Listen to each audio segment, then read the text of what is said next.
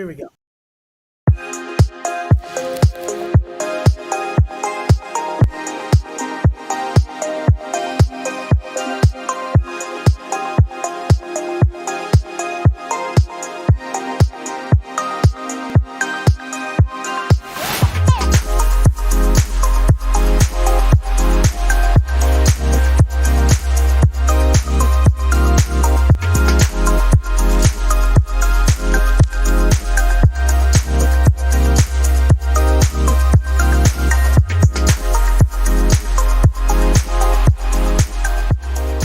Well, hello, everybody, and welcome back to another Industry Talk with Coach John Stevens or Keone Stevens. If you are watching from Avanti Model and Talent Management or John Casablancas, Raleigh, North Carolina, or you're tuning in on Keone Productions, we have another great guest for you today, my lovely talent and student and subscribers, which is Steve Sughrim. We're going to talk a lot about finance and success. Before we get into that, I would like to know a little bit about who Steve was before you achieved the level of success that you are at today. Well, thank you, Keone, for having me on today. It's a pleasure and truly an honor to just share with you, my journey. Steve Sughrim before success was just an average person, living life, but also recognizing, there was something different about me. Every you in time, you just sit there and within your spirit, man, you just say, I'm different. There's just something different about me. I was created for greatness. There's destiny in me. You don't know what it is, but you just sense it. You just feel Mm, it. You just yeah. know it. A lot of times, and I could give you one story living in the islands. I'm originally from Trinidad in the Caribbean, and I grew Okay. up in St. Croix. And I remember, I would see beauty in what people would take for trash. Like, the islands have coconuts, and when the dry ones, you have the shell. Well, I would look Mhm. at that shell, and I would see beauty in it. I would see shapes of island and shapes of different things. And I would take them and carve them and clean them up and paint on them, put a nice clear shellac on it and a pin. I would create pins out of them, because I just see the beauty in things that God has created. And so that point in time, and I was probably about 14 when that moment in time, I recognized there was something different about me in the way my outlook of life and people. And that's where the journey started and knowing there's something different. So, fast forward and, moving here to the United States and at age 17, wanting to look at life, look at people. I studied people, the different walks of life, the different cultures that I have ran into and experienced. And I realized, everyone is looking for their place in life. Everyone is looking for opportunities. Everyone is trying to find their way and tap within what's the gifts that they came to the earth with, what's the gifts that's hidden within, what's that greatness that's within them. And that's where journey starts for everyone. We're on a path trying to find, whether it be, artists or whether it be entrepreneurs, whether it be, in whatever sector of life, we allow destiny to pull us. Now, a lot of times, unfortunately, we have our circle that try to dictate or tell you what your destiny should look like or what they would like to see for you. A lot of time with parents, they want to see their dreams come alive or live through their kids, right? And a lot of times it may not be their calling or their destiny or the direction they should go, right? Their path. But we see this a lot in different cultures too. Be a doctor, be a lawyer, be someone of prominence, so that way you make the family proud. But we know so too. That's why you see a lot of artists, for example, find themselves like, man, I'm not happy doing this. I don't want to be a Yeah. doctor. I want to be an artist. I want to be a model. I want to be a singer, right? So Mhm. they're at some point in life, somewhere it clicks like, man, I'm giving all this up. I know families can be mad, but I'm going down this path because this is what makes me happy. This is what fulfills, that calling within my heart in life, and that's how journey starts, in the path of success. That's really intriguing that you say that because you will meet a lot of artists that have already done that part, right? They've look at me. I got two master's degrees and then decided to be an actor. Like, so I did nothing with what those master's degrees was for. And a lot of our talent and students are at that part of their life because we see people of all ages from 6 years old to 82. And so we'll get people starting a second career at 70 or 60, or someone who has a full-time job, single mom of three kids, but she still has the desire and passion to be in this industry. And those are some of the people, especially that I'm wanting when we get to the part about finances to help map that out. But let's talk a little bit about when you got and figured out where you wanted to go in life in the finance sector. How did that come about? And what was your biggest detour? Well, I come from the corporate world. Before I got into the whole Mhm. finance technology, I'm a chef by trade, so hospitality, restaurateur, was one part of my life. Running different organizations, owning my own restaurants, created my own food product. That point in time in life, it was a great. And what really the pivoting point was in 1995, I get this note on my door coming home from work, and it says "work from home." Call this guy named Lance and a phone number. That's all that was on there. So that just out of curiosity, I called him. What is this about, right? So we sat down and he did the old flip chart presentation, and there I am listening and listening. And this was back when the government had deregulated the telecom industry, and this independent company out of Texas was offering phone service. Hey, switch your service, you get lower bill, and introduce your friends and family, and you get a percentage off their bill every time they pay. No, I didn't. I'm like, well, wait a minute. Logically, that makes sense, and that was a no brainer for me. So I got so excited. I said, all right, let's do this. This is interesting. This is different from what I know. Coming from the corporate world, and call me ignorance on fire. I built a network of about 10,000 people in 6 months. But what really was the pivoting point of all that, I watched so many lives change financially, right? And so in my heart, I said, man, I'd love to own my own networking company. It was just a silent prayer, a thought. And in 2010, that opportunity came because I looked at the industries. There were several travel companies that were being launched. And so I looked at the models, and then I said, well, if we want, because this is one of the gifts that God gave me as a food service consultant. I would walk into restaurants and I would see right away, how they could improve upon or increase their bottom line just based on my observations, right? And I did that for a while, but I did that in this industry. Well, how could I just make a few twists, but more importantly, how could the people be blessed as a result of? And we did about 4 million in 3 years with that company, and that was the journey because I watched the lives change financially, and I saw, wow, if everyone were able to participate, what if I were to create systems that would allow people to generate finances, systems that could create, residuals, and systems that could create sustainable type incomes while they're building their careers, while these are just additional revenue streams. So this is how the whole journey started in the sector of finances. Awesome. Thank you for that. I have a question from Malcolm. It says, being a single father of two and trying to pursue entertainment, it is very hard for me to get motivated to steer my funds where they need to go. How does one stay motivated when not making the desired income? It's a great question, and this is one of the problems people face, right? And that's in life in general, but specifically for Malcolm, this is where we have to look at multiple streams of income because it's important to understand we need multiple streams, especially in this day and age. Because if what's coming in is barely keeping you afloat or sustaining, your life, then you have to have addition coming in to supplement, if not add to what you already have, because you have to have a roadmap and you have to have a budget. Often I will say, let's create a budget. Where are you right now? What is the income? What's the cash flow? What are your expenses? What's going out and what's left at the end? Okay. Now, sometimes I find out you may have to make some adjustments, right? Because there's wants and needs, right? What do you absolutely need, right, to survive, and what's a want? Like, I really could wait on this. I don't need to spend this money on whatever it may be. And you use that and put it aside for whatever you got to prioritize.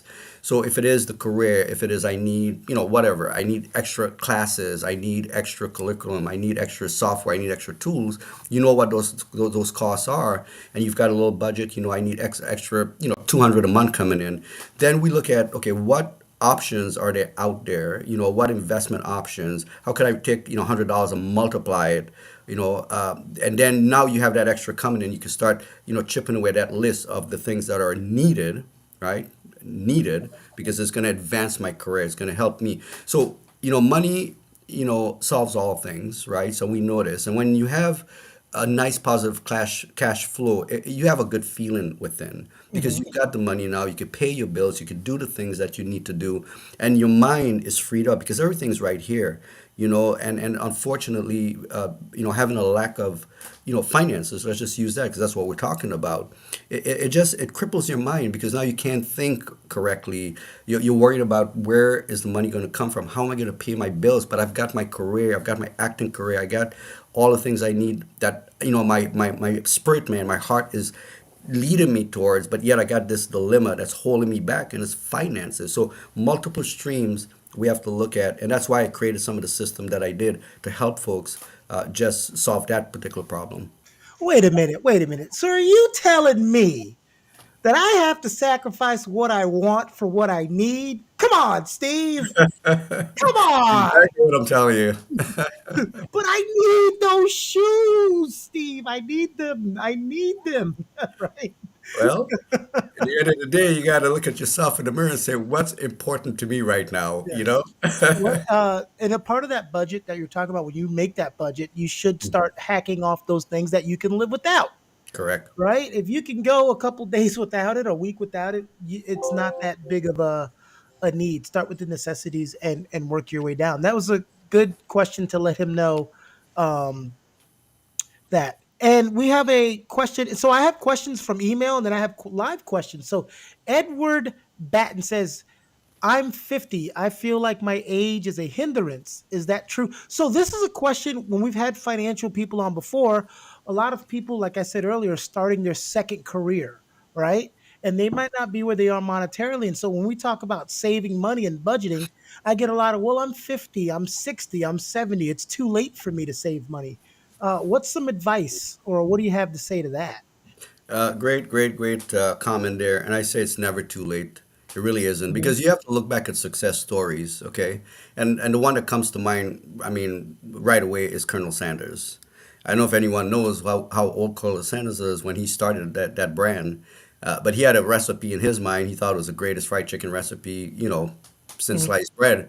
And he would go and knock on doors and try to get people to buy, that recipe, right? And they're like, man, I got a better recipe than that. So then he finally gave up and said, well, I just opened up a restaurant, offering folks my recipe. But he was 60 when he started. And so Mm. we know the rest of that story.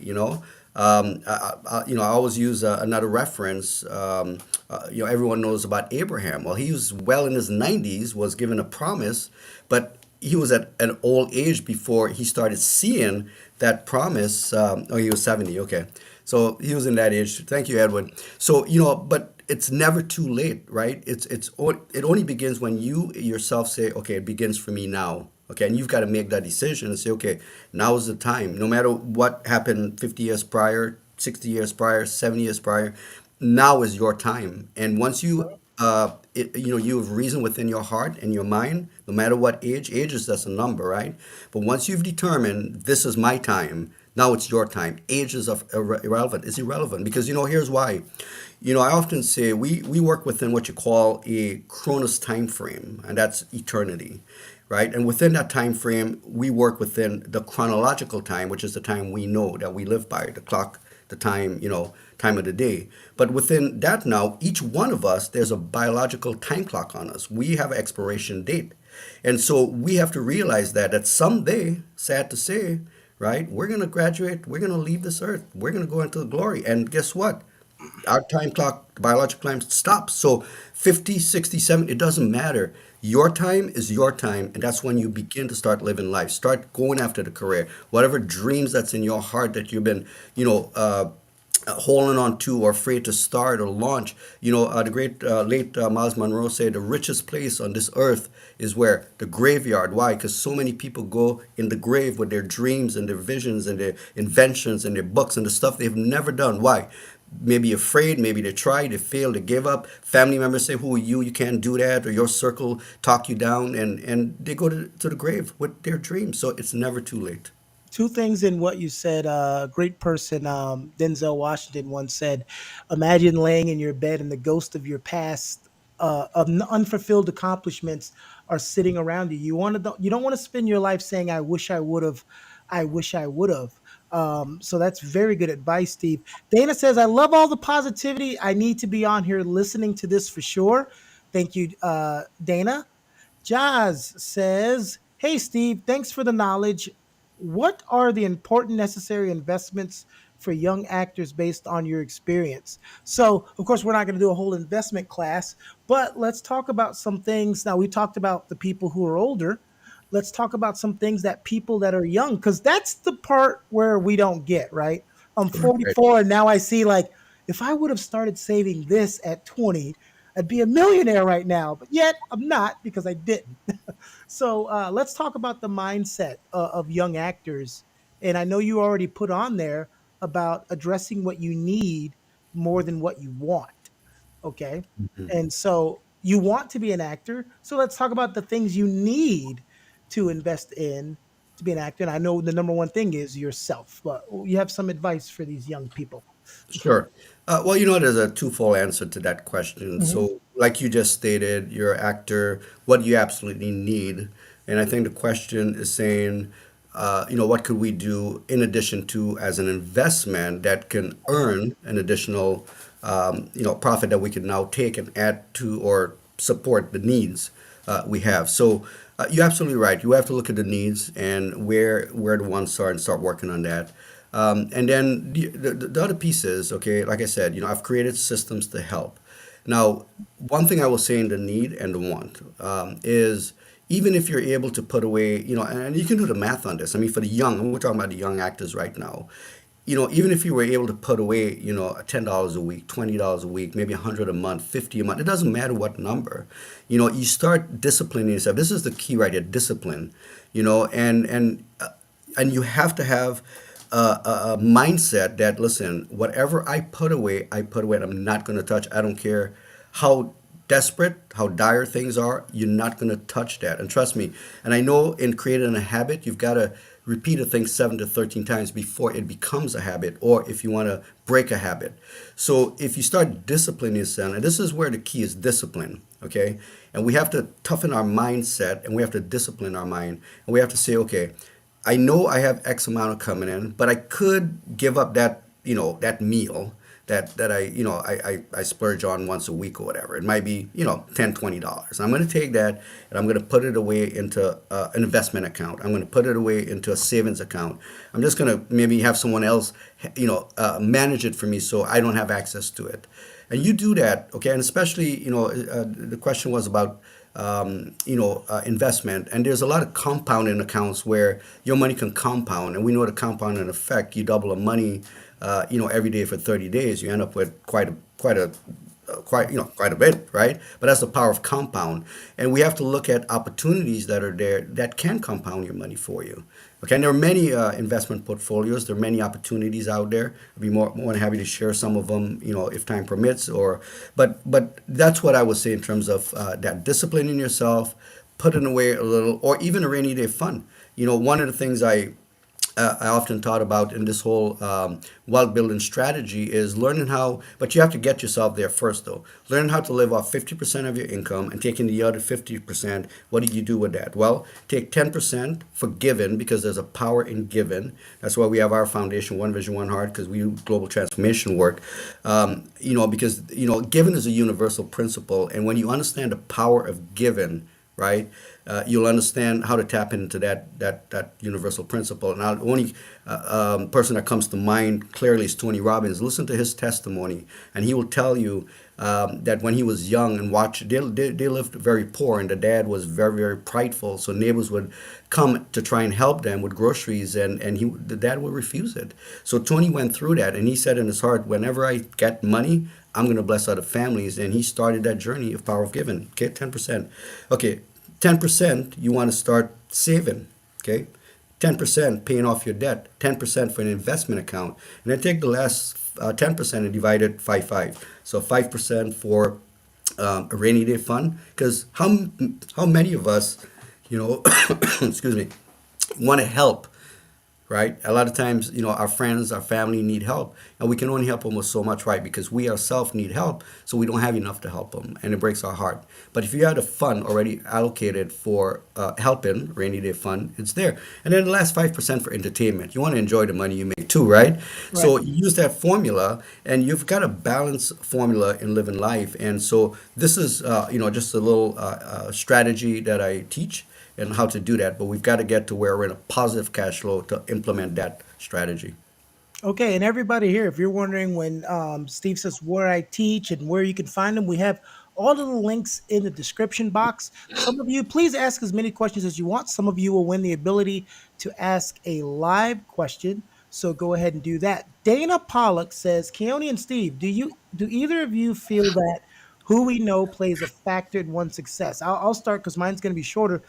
Yes, because Steve has mentioned about the circle.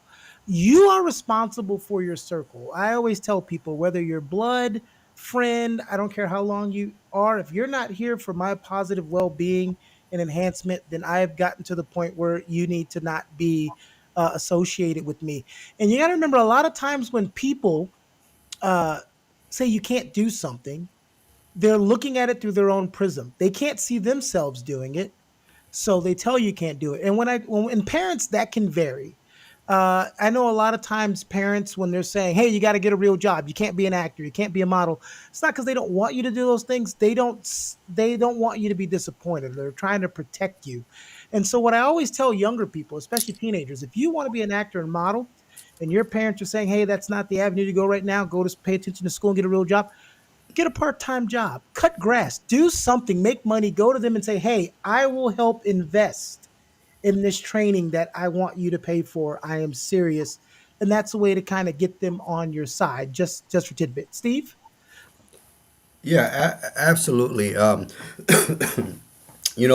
often say, you're connected to, you're affected by, and Mhm. you want to be around, people that can inspire you, motivate you, who's got your best interests at heart, and it's rare we find those people. And, you yourself would know. I mean, you would just know for yourself. I mean, you just have to do a self inventory, do a friend inventory, who's around you, who's around you, who's the ones that are dampering your direction, who's the one that's killing your dream, who's the one that keeps speaks negativity into your life, right? I mean, only you would know those people.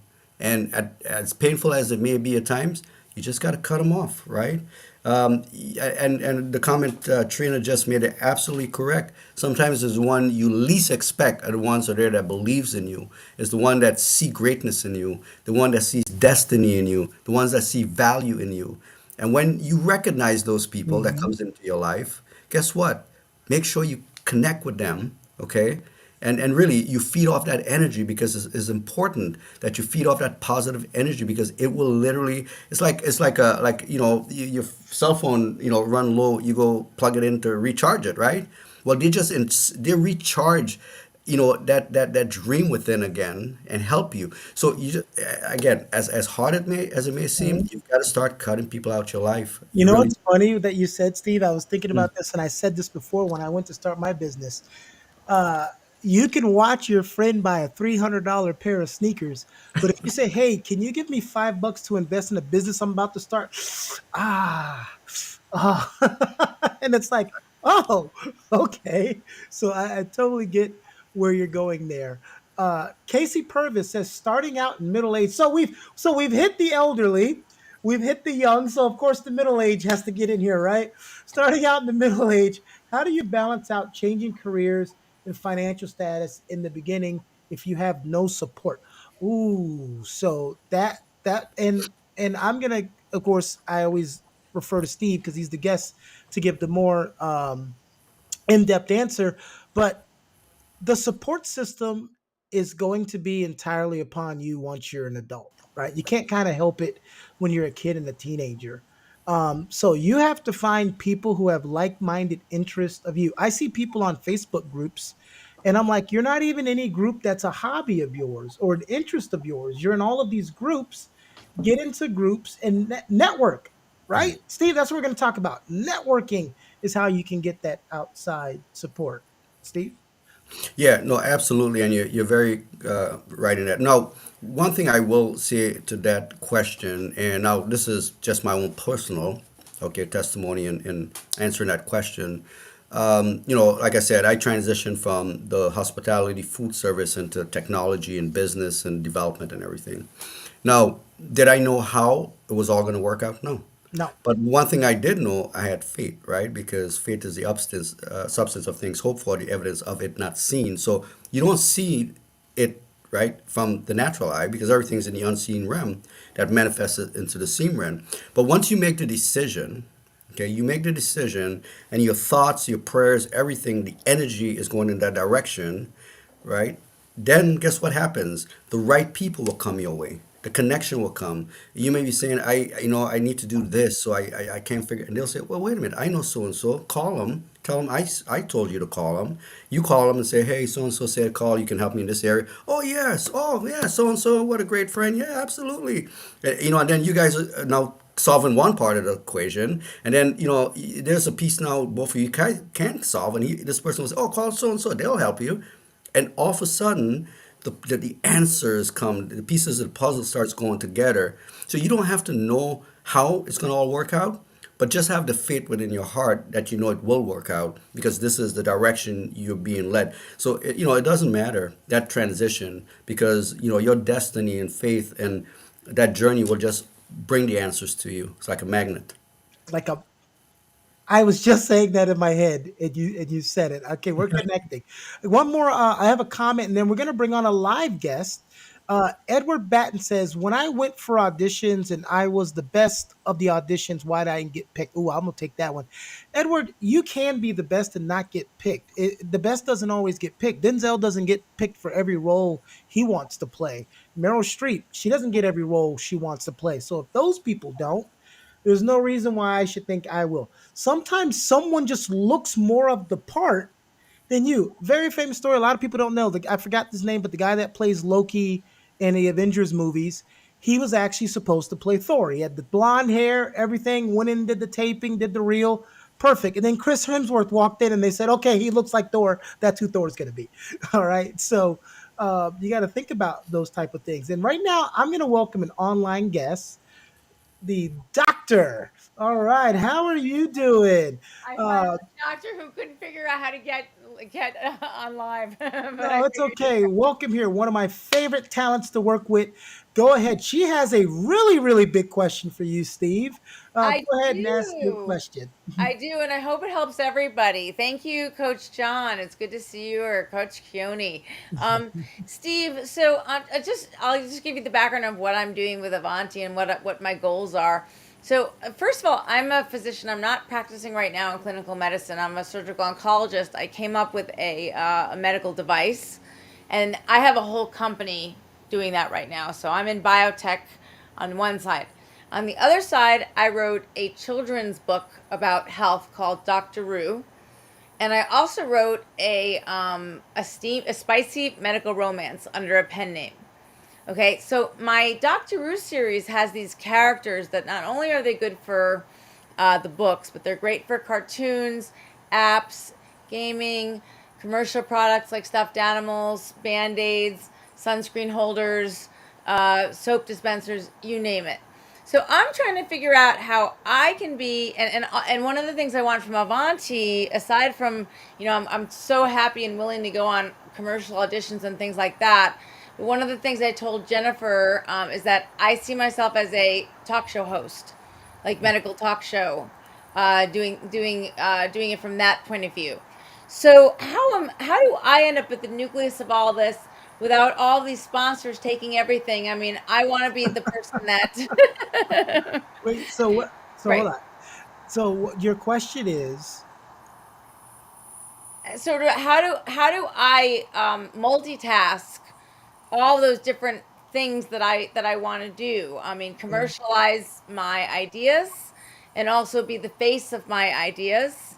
Um, somehow become known for being the face of my ideas and also commercialize my Hmm. my ideas and I'm just going to say it, profit off of them without everybody coming on in and Ah, profiting so off of Right. you're somebody else's trying need. not to fall into that category of a lot of creatives and artists and actors, especially how it used to happen in the old day where they realized they could have made way so much more money, uh, and looking at what they actually made. And I think it's a big part, and Steve's going to answer in a second. The big part is being educated in how everything works, right? When you get big time. That's How why I much asked the am question. I going Yeah. to make? How much am I going to pay in taxes? How much do I have to pay the lawyers? How much do I have to pay the agent? How much do I have to? So finding out everything that has to be paid Yep. in the process, during the process, and afterwards. So a lot Sure. of people see the before and they don't think about during and after. Right, and they Sometimes end there's up things you have to do after. penniless. So knowing everything that it entails in whatever endeavor that you're getting into is the number one path to that. Now, um that's my part of itemizing it in your head. Now when you talk about financial, that's where you lose me because I'm not a financial advisor. That's okay. You So do a Steve, lot of things, John. you got any comments for her? Yeah, so I can totally relate because, for me and my brand and what we're doing, I've got like about five phases, five different, arms to what we're doing and building out the whole financial interest, infrastructure, the global infrastructure. But then, at one point, I had to say to myself, okay, who am I and what am I doing? How do I take all of what I'm doing and send one or convey one clear and concise message? Now, one of our company, My DH Life, we often say that you are the product, and truly so. You are the brand. So, in what you just said there in your question, you have to always remember you are the brand. This is your idea, right? So you Yep. have to put you as in the forefront, speaking to each one of what you want to do. Now, yes, you could go through now. I don't know what channels you're going through because I remember when I launched my spice rubs, my line of spice rubs. I needed distribution, I needed different things, and I would inquire on my own, and the fees were just absorbent. I mean, even it's very low profit margin once you put your product on a shelf. Of course. And so just from talking, I would talk to buyers, and I would talk to different people within that industry that could help me. And I was saying, man, there's got to be a different way. I can't pay 25% just for distribution. That's cut into my profit margin. And then that person will say, no, call this person. They'll give you a 10% and tell them I said to call you. So a lot of times just sharing without giving your idea away and asking, because there's nothing wrong with asking, because you'd be amazed. There's a lot of people out there that have your best interest that will want to help you, right? And not see an Sure. opportunity to try and take from you because they see the opportunity and just because you don't know. And that's the other piece you've got to also, in using wisdom, is that the ones, you have to know your product too, right? And you've got to know, Sure. exactly, what you're looking for as a profit margin, but also be aware of the ones that are what I call wolves in sheep clothing, right? That are there just to steal from you and take from you, Yep. There's a and lot. Oh, there's a lot. exactly. Tell everybody in this group, be very careful because people will see the opportunity and they will try to take everything. Yeah, it Yeah, sounds especially too if, good. It is to be. If it sounds too good to be true, a lot of times it is. Thank you for coming on and All asking a right. Thank live you. That's very question. helpful. All right. you're welcome. Stay Uh, in there. There's a lot of good Scott Bland, everyone. Scott Bland has put a lot of great information Yes. in the chat. I think he's on one of our channels, so some of you may not see him. So I'm gonna post a Sam. couple of them in there for those of you who are watching on another streaming channel. That way you don't miss them. All right. Thank you, Rachel. Hi, guys. All right, Steve, that was amazing. Thank you. We have a quote. I want to put that not Edward, Scott said earlier, that a quote that I wasn't able to put up. The quote commonly attributed to motivational speaker Jim Rohn goes like this: the five people you spend the most time with determine your overall average. Your overall average. Thank you for that, Scott. Trina replied with, "Oh my God, yes, just catching up with the chat, everyone." Dana Pollock says, "Thank you, Steve." Yes, we want to thank Steve. He is dropping knowledge on us that some of us sorely, sorely need. Scott Bland says, prioritize, make a list of your ideas and desires and rank them in order of importance. Focus on the ones that are most urgent or have the potential to make the most significant impact. Now, my actors and models out here that are in classes or prep programs, take what he just said. You know you're given the things that you need to do to succeed in whatever program you are. Prioritize what is the highest need, and it's given to you. And that's the one thing you have. You have someone who's laying it out for you. Make sure you follow that, and it'll be impactful. Now, I'll get one more comment in here for Scott. Says, set specific times or days to work on each idea or desire and allocate enough time to make progress this way. You can avoid getting overwhelmed and distracted. All right. And there's a lot more in there from Scott. So, guys, please um, check out And the chat. yeah, and Scott, for the ones, I'll just put it out there. Mhm. He's actually a transformational coach. He's our director of operations at mydhlive.com. So he does a lot of improvement and transformational teaching. So he's got a lot of great nuggets that helps transform lives too. Awesome. I can see it. It's all great advice that everyone needs, no matter what age you are. Let's get back to the questions, and then I'm going to ask Steve some more questions about him.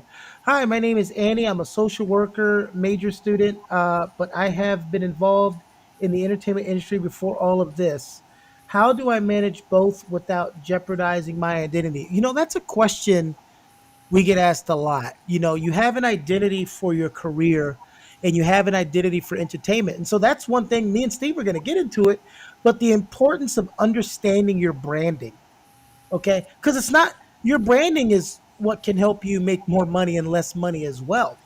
Um, you can have all the fundamentals, but if you're not branding and marketing yourself properly, it really won't matter.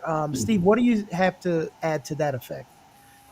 Yeah, well, okay, Annie's asking, she's a social worker Oh, major here we go.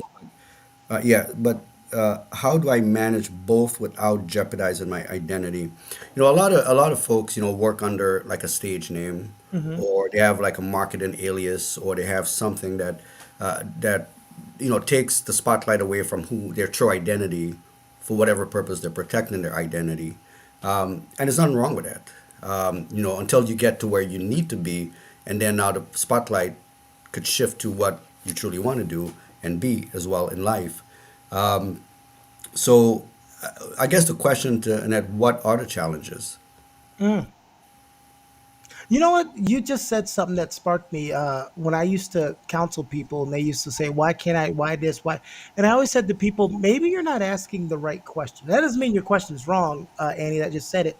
Sometimes our question, there's some sub questions we need to deal with to get the answer to our question, right? And hope I didn't confuse anybody and hope that made sense. But sometimes we don't ask the right question. Why can't I find success? Well, why can't success find you? What are you doing? And to quote Denzel again, he said, if you want something different, you have to do something different. You have to take risks in life. Don't be afraid of your. Steve would not be where is today if every risk that came up, he ran away or it stopped him for accomplishing. So, Steve, let's talk about that.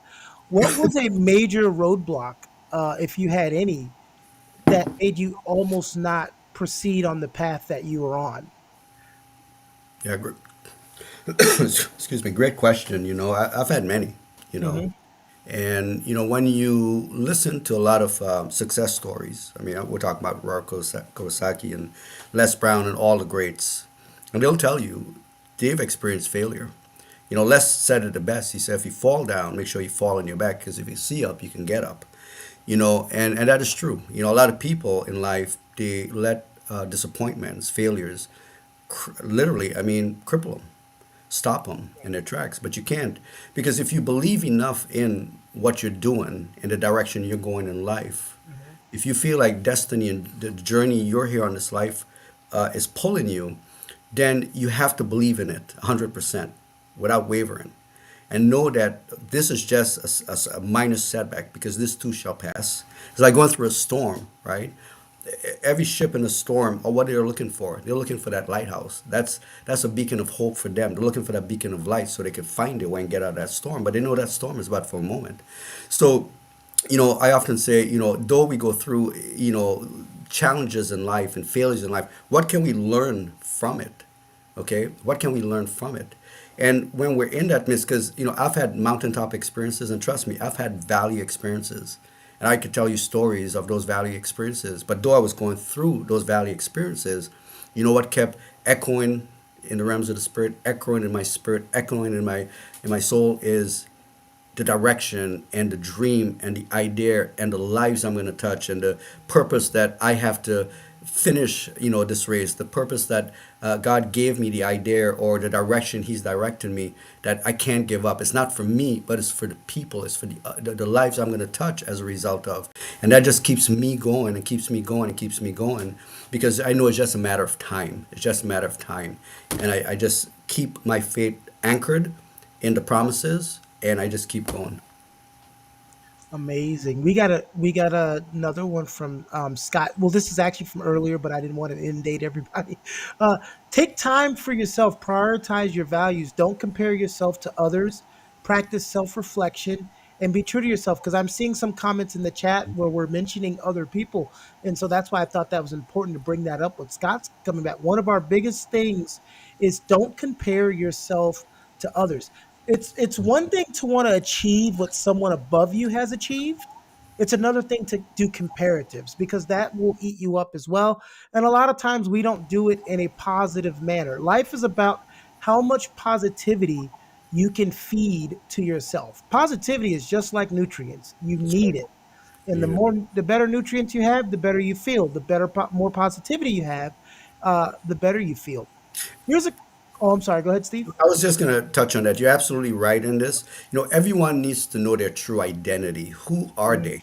yes. Are they? Don't try and be someone else because every thumbprint is unique and different to everyone. I mean, think about that. How many millions and millions and billions of people, but they're different. Each one of us have our own identity, and our identity is locked within us. So find out who you are. Who are you? Hmm. And once you find out who you are and your identity, you don't have to worry about everybody else. You don't have to compare yourself or be like. Be an original. Be you. That is good. I love it. This is a very good episode. I am loving this episode because I've been taking everything as well. Jazz says, good question. I also want to know how to balance the day job and sort of pay bills and my acting career both, which takes a lot of energy. Hey, I'm going to tell you this. It ain't If it was easy, everyone would do it. That's the challenge, right? That's the challenge. It's almost like, hey, I'm going to start working out tomorrow. And then you go outside and there's 2 drops of rain. Well, it's raining. I can do it another day. You know, it's not going to be easy, especially when you have a full-time career. And that comes with a lot of things that Steve has talked about today and also Scott about prioritization and balancing. You said it in your question, balance. Do you have the balance? Because Steve and I don't have your job. We don't know what energy it takes to work for you. So you know that. I know what you need to do entertainment wise. He knows what you need to do financial wise. So you take all those 3 things together that I've been coaching you entertainment wise, that he's talking about financial wise, and you make a balance. You balance all of that out. Take everything that you learn from everyone and kind of help you have that melting pot of knowledge to be more successful. Casey wanted to tell you, Steve, beautiful insight and great wisdom and advice. This is great information. Amen. You're Okay. welcome. Kit made a comment that failure will show you how to test drive and believe it can help you self motivate and determine. Yeah, you learn a lot from your failures, and there are a lot of people that don't want that steer you away from failing. But I mean, you got to fail. That's how you learn. It's not desired. Anithi, and I'm sorry if I pronounce your name wrong, says thank you for the words, Steve and Steven. Uh-oh, we just created a new show, Steve and Steven. Scott says, oh, now Scott has a chime in for that. For me, it was fear, lack of resources. I used to procrastinate. I had negative self-talk.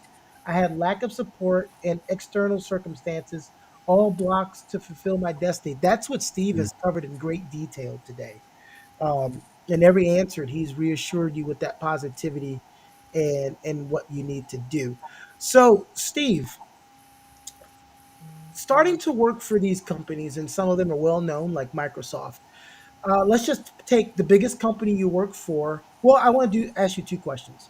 When you had to work with your first major company, what were those nerves like? What was the self talk like? And how did you get yourself to where you needed to be to go ahead and work with that company? Well, like I had mentioned, one of the gifts and talents was the ability to right away assess, look at problems that I saw, and immediately what were the solutions. I'm always solution based, because we can identify problems, we could talk about problems all day long, but we never come up to the bare essence of how do we solve them, you know? No. And so I would say for me, being a chef at trade and coming out of that world, my first, for the ones who could remember, back in the day, retirement homes or nursing homes, or, they used to have these older ladies with the white net, the white hair net, cooking. And so anyways, I was given an opportunity as a food service director to one of the largest actually in the state of Washington. I became their food service director. But immediately when I walked in and assessed, what was going on, I was like, I was just appalled. I mean, because in these retirement homes, this is your grandmother, your great grandmother, this is your family member. And when you watch the type of treatment they were getting, I'm like, no, I wouldn't want my grandmother to live here and be subjected to, in this case, in the food service, the way they were being served food and the type of foods, and I was like, no. So I was reeling back into personal. What would I do? What would God do? What would Jesus do? What would bring satisfaction to me if I was that person? And that's how I always assess things.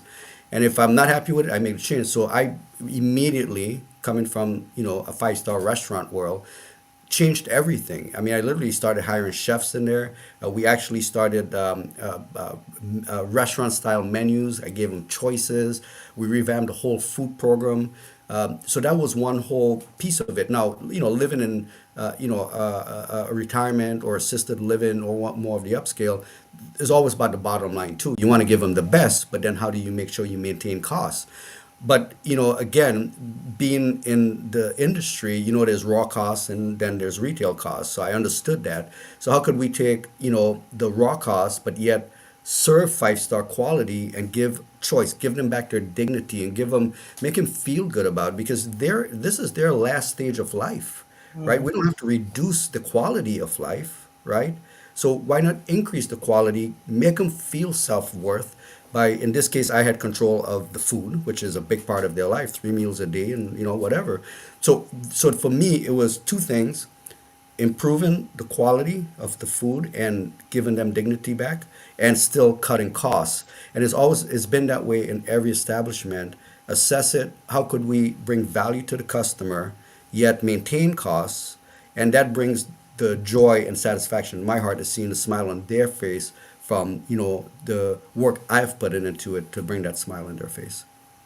Awesome. That was your first major job, right? Yeah, in the corporate world, correct. Wow, that's a lot. I was there for about 11. And I Hey, was there for 11 years. you came in on a mission, and you didn't procrastinate into getting to that mission.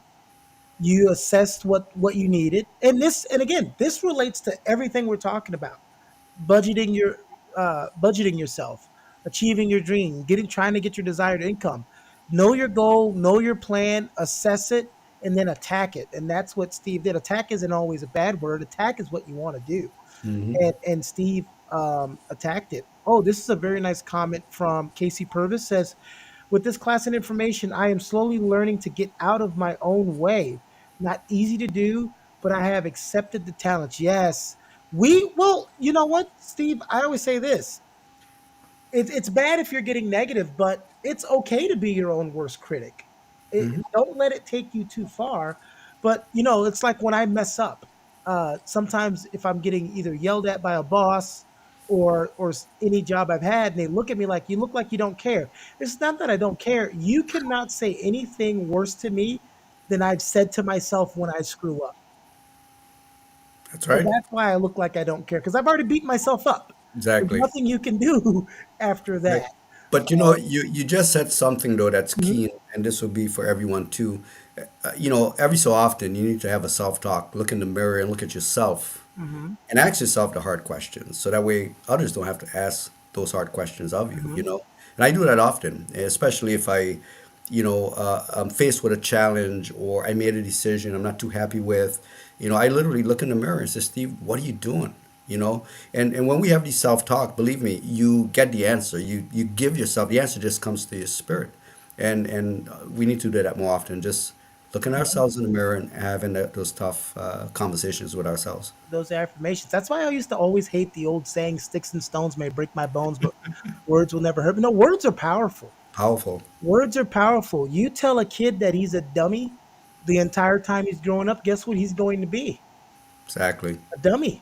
Words Exactly. are powerful. And I've told this story before. I won't tell the whole story, but a psychiatrist told my mom when I was, I think, 9 years old, and I remember it till this day. He will never be a contributing member to society. He needs to go away into this special program. It never happened, and I'm here. So it's like words, words are strong. Okay, You're right. absolutely right. I like how you put that in all caps, Scott. Words hurt. They create, right? That's They right. create narratives, and you have to control your own narrative. So a lot of people, I know we've gone places, but hey, that's how conversations work. Finances is basically what we wanted to talk about, and be the basis of our conversation. And with your finances, is like everything they were saying. If you want a budget, you have to have a desire to budget, and you have to stick with it. And you have to, what would you say, Steve? You have to be. Oh, I lost it. What's that? It wasn't vigilant. Discipline. He said you Discipline. have to be Yes. disciplined. When Discipline. you're saving money, you have to pretend it's not there. You can't keep breaking glass in case of emergency, right? You That's can't right. keep doing that. So make sure that you're taking on that. So Steve, what? And I know you've had a lot of moments. Can you give us a moment where you've worked for one of these companies and you accomplished something and you were just extremely proud of yourself? Like, what was one to you? What was your more, and I don't want to say your biggest accomplishment because that could be monetarily, but in your heart, what was the one that got you? What was the one that had the most profound effect on you? Okay. Working for a company or my own companies? You working for a company. Okay, working for a company. I will say, I mean, all of them I could look back and say, you know, they were great accomplishments. But I would say the one that stood out the most was actually some restaurants in Seattle. I was the director of operations, and I was in the heart of downtown. And there was, let's see, Mhm. one, two, three, four. There was four restaurants. So you know, in assessing what was going on in that particular area, and looking at the clientele, looking at how we can improve upon. I took four individual, broke walls down, created a mini food court, created a catering company because it made sense being in the heart of Seattle to Mhm. make all this happen. And it took some work and it took some time, but not a long time. But I will say, just coming up with a creative idea and how we can improve upon, how we can get a community engaged more, how we could provide more services because everything was right there. I mean, all the restaurants were right there and the clientele were right there. It's just a matter of being creative. How do we connect it to and how do we expand the business, but take more important what we have and service the community? And I've always been service oriented. And so, we did just that and it became an instant success. We had many clients within the area that we would cater to. Because with the fact that we opened up the area, I created a food court. It gave more options, so they come through two or three doors, and now they have options right within that wall as going into any food court you have options. And so that is one that I could look back and say, wow, this was a great accomplishment where we transform a community and connected our business with the community in a great way. There are people who have ideas, and there are people who implement them. Right? That's the Exactly. difference. I always say no idea is an original thought. I know so many times we've seen something either on TV or out there. You're like, hey, well, I thought of that. And it's like, well, you didn't act on it. And so I've always been told there are people who have ideas and there are people who act on those ideas and implement those ideas. We've come to that part of the show where we're going to highlight Steve, and Steve is going to give you a tip of motivation to help you guys continue on your journey. And then he's going to tell you how you can see some of his training and the services that he provides. Go ahead, Steve. Absolutely. I reference, quote where it says, "Faith is the substance of things hoped for, but the evidence of those things not yet seen." And everything really exists in the unseen world. Waiting to manifest in the seen world. So only you know what's within you.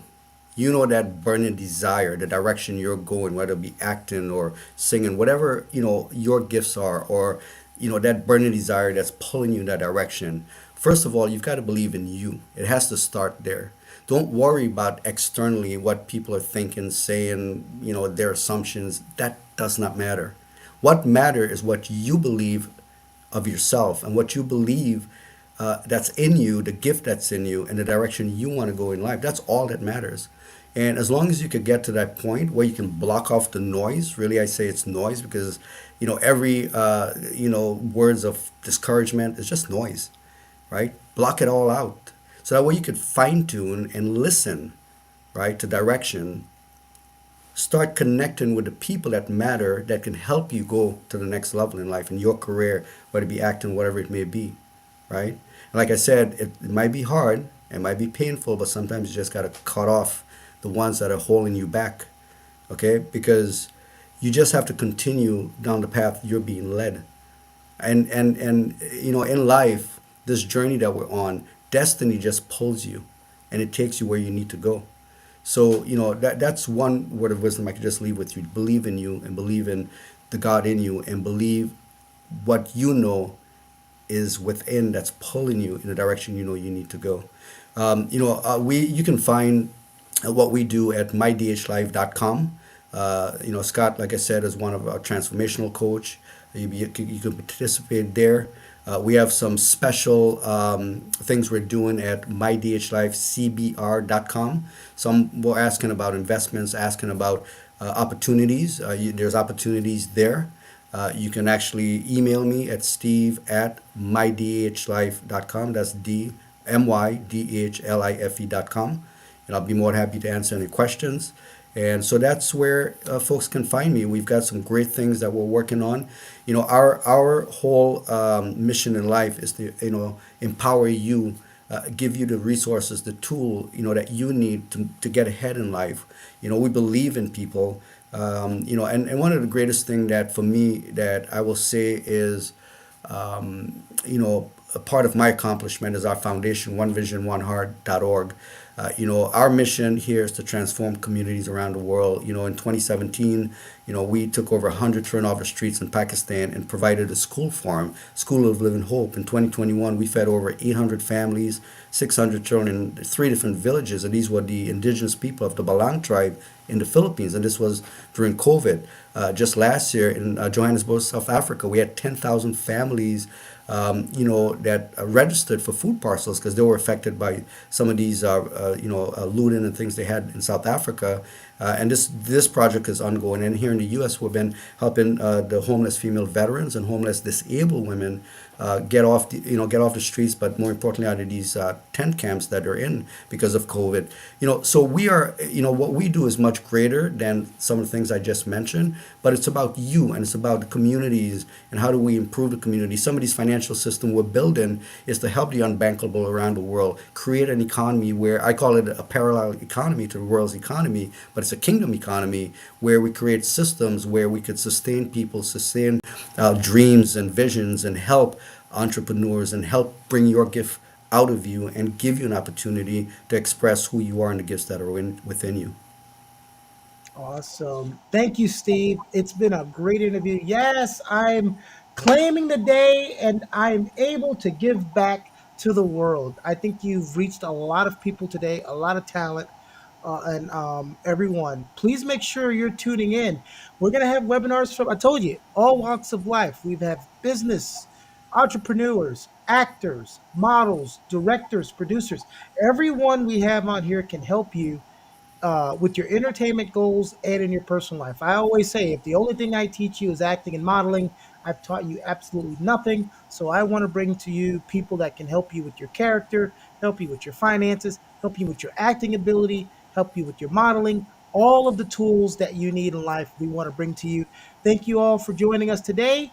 I'm Keone Stevens, and that's Steve Sughrim, and we will see you because Steve will be back. So we'll make sure we get him back on here, and we'll see you guys later. Have a good night. Enjoy the rest of your weekend.